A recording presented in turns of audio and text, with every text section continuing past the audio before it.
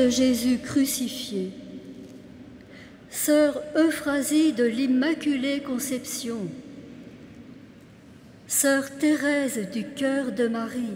Les 16 noms des saintes carmélites de Compiègne sont égrenés dans la cathédrale Notre-Dame de Paris ce samedi midi, au cours d'une messe d'action de grâce, 9 mois après leur canonisation.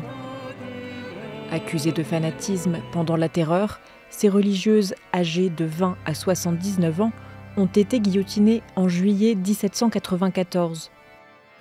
En début d'après-midi, une procession se prépare devant la cathédrale.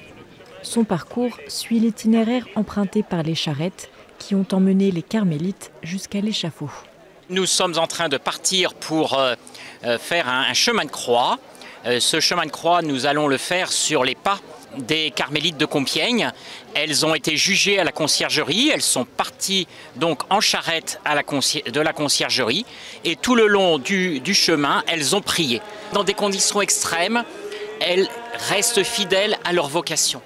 Et elles sont en quelque sorte icônes de toutes les religieuses, les prêtres, les laïcs qui ont au cours de cette période difficile essayé de continuer à vivre.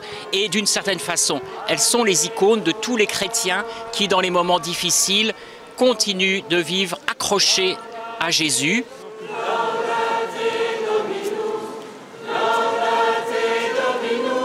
Marcher dans leurs pas, c'est suivre leur calvaire, ce qu'elles ont vécu pour sauver la France et rendre à l'Église la paix et à l'État aussi, chose qui serait bien nécessaire actuellement et c'est pour ça qu'il faut les prier. Je suis venu à cette procession pour bénéficier de leur soutien spirituel et pour s'unir à elles qui sont au ciel, pour essayer de vivre aussi de leur témoignage. Première étape, au niveau de la conciergerie, où ont été emprisonnés les 16 carmélites. Dans tout ce chemin de croix, nous allons essayer de faire un parallèle entre la passion de Jésus et celle des carmélites.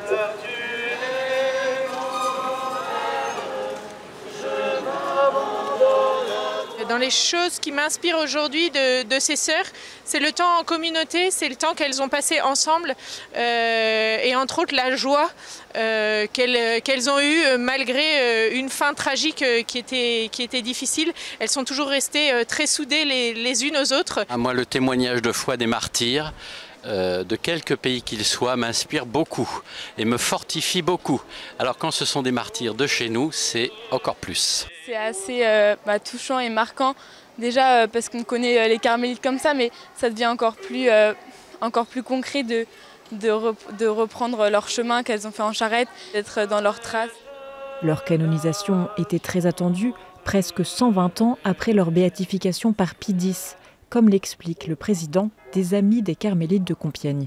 Cette canonisation nous tenait à cœur parce que nous trouvons que le message qu'ont laissé les carmélites est un message d'actualité, que la paix soit rendue à l'Église et à l'État. Et donc on ne voulait pas que ce message soit cantonné à l'Église de France. Il fallait absolument agrandir à l'Église universelle, à l'Église du monde entier, ce message de paix. C'est sur l'actuelle place de la Nation, nommée place du trône renversé pendant la Révolution, que les carmélites ont été guillotinés. Comme l'indique la plaque, c'est ici qu'était l'échafaud. Les pèlerins se recueillent et entonnent le Veni Creator, chanté par les saintes carmélites avant de monter à l'échafaud. C'est une très grande émotion parce que on imagine un chemin très dur mais qui arrive et qui pour nous nous donne encore plus de force peut-être pour rentrer ce soir et pour partager. La procession arrive finalement à Picpus où les dépouilles des saintes ont été enterrées. Les 16 saintes carmélites de Compiègne sont désormais fêtées le 17 juillet.